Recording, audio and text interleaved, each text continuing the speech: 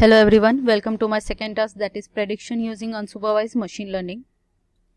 What is unsupervised machine learning? Unsupervised learning studies how system can learn to represent particular input pattern in a way that reflects the statistical structure of overall collection of input patterns.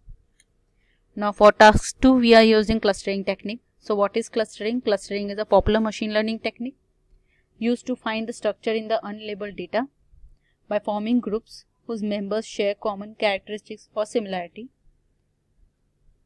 Here in our task we are using k-means clustering. Our aim is to predict the optimum number of clusters using k-means clustering. Now what is k-means? K-means is a partition type of clustering. K-means involves several iterations of computing the centroid and mapping of points to the nearest centroid. It is also important to calculate the quality of clustering after each iteration. If the distance of the data points with the centroid is minimum, it is said to be good quality of clustering.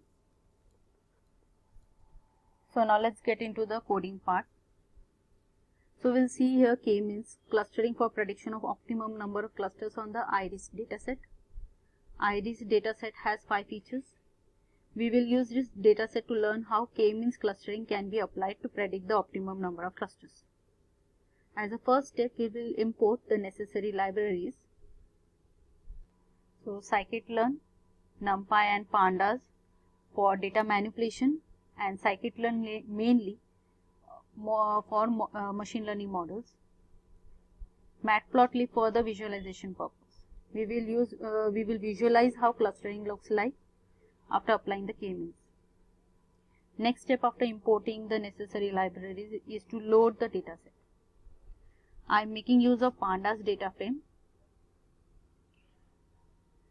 I am reading the iris.csv file and I am putting that into the Pandas framework,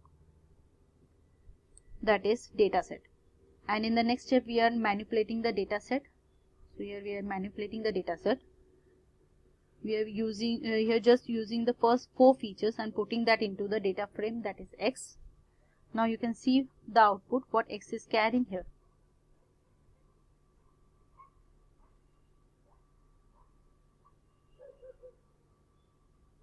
You can print the output x. IRIS dataset has 4 features as indicator variables and 1 feature as a class variable.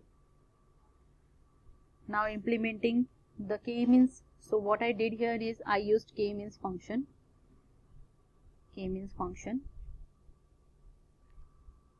and passing it in the number of clusters required. So I chose here n underscore clusters as 3.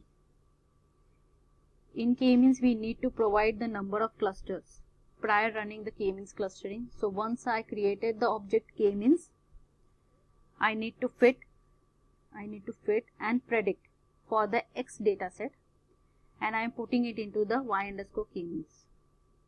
In the output you can see 3 entries, that is 0, 2 and 1. So this is basically the classification mapping of each data points. All the zeros means all the data points belong to 0 clusters, 1s belongs to the second cluster and 2 to the third cluster. Now we are using the elbow method to find the best value of k for the given dataset. We can use elbow method in scikit-learn as well. So I am creating SSE equals to the bracket, empty bracket. Here we are creating an empty list. SSE is the clusters sum of square errors. So this has to be very minimum for good clustering. Next, for I in a range of 1, 11, that is 1 to 11. This is because I want number of clusters from 1 to 11. So for every new value of k, the SSE will be computed depending on which SSE is small, that will be taken as the number of clusters for the dataset. So here instead of taking fixed number of clusters, I am taking I here instead of fixed number of clusters. It will range from 1 to 11. So it will range from 1 to 11. So first time the number of clusters will be 1, then 2, then 3, and so on till 11. And every time we are computing the SSE, this will get appended in the SSE. You can see here k-means dot inertia underscore. It means that we are putting SSE for every iteration into the list called SSE. Now next we are using a matplotlib library in order to visualize the elbow graph. So this is this plot is using two parameters. One is the range, that is 1 to 11, which will control the k parameters, and second parameter is SSE, which will tell that for every parameter of k, what is the SSE computed. Now let's run this code. The elbow graph can be seen. This is the elbow graph.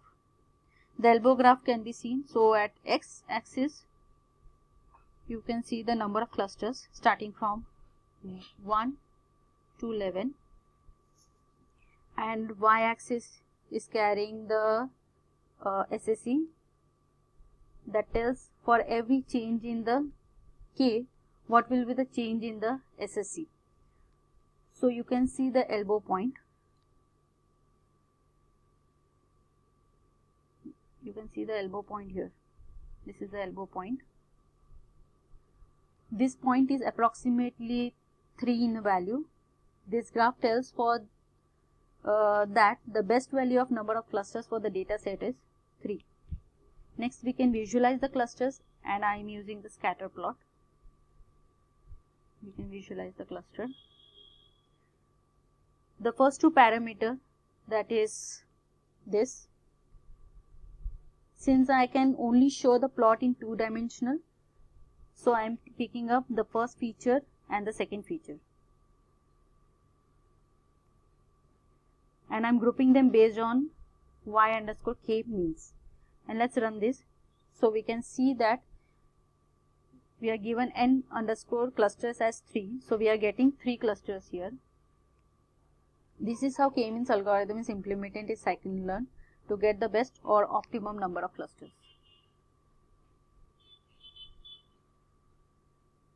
Thank you.